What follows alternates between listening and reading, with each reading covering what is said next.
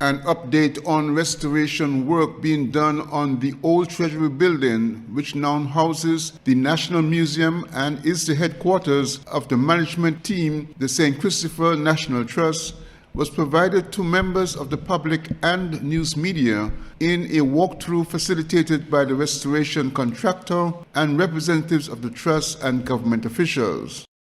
Restoration work is being carried out under the expertise of Pioneer Heritage Restoration and Maintenance Group Limited of Trinidad and Tobago, a company that specializes in restoration works on heritage buildings and sites of historical and cultural value throughout the English-speaking Caribbean. Lindbergh Alvaranga of BOA Architects, Managing Director of Pioneer Heritage Justin Charles, and Executive Director of the St. Christopher National Trust, Ed Subracha-Keynes, commented on the $1.8 million restoration project. Initial scope of the project was the restoration of the structure of the building. You could see that certain parts of the building were falling off onto Bay Road, as well as on the southern side here towards Port Sante. And the stones themselves were in bad shape, as well as the wrought iron railings and some of the timber. I'll let Justin speak to the actual science behind what was done, what was analyzed in terms of the issues when turned over to him.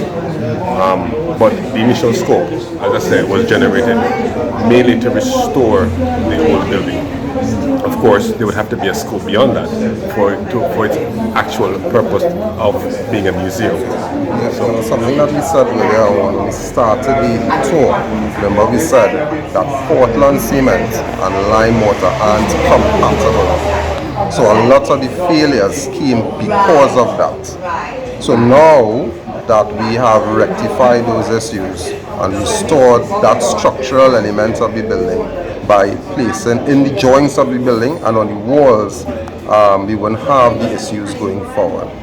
Now it's just to continue maintaining the building, but specifically for heritage sites, because it's so costly to restore it, let's maintain it so that we don't have the major issues that we have now on our heritage sites or monuments. Mm-hmm. Based on your experience in similar kind of projects throughout the Caribbean, how difficult is this one?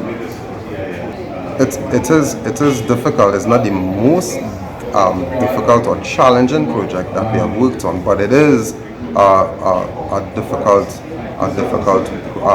project for us in regards to the building itself, because you still have to know about the history of the building in order for you to properly restore the building. How pleased are you with the work that has been going on so far? What's from the perspective of the committee that's involved with this project? Okay, let me just say I'm pleased it's happening, but I leave the updates to the technical people, and I let them guide me.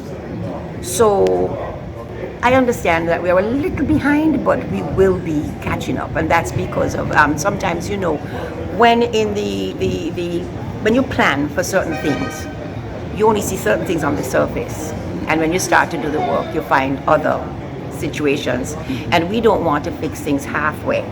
So we have to give our take. But I know that our contractor is very capable and very skilled in the work that he's doing with his team. So I can say overall I'm pleased.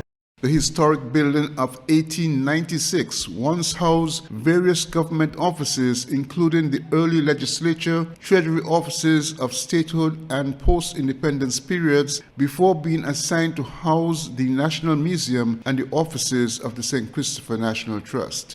Glenn Bart reporting for SK Newsline.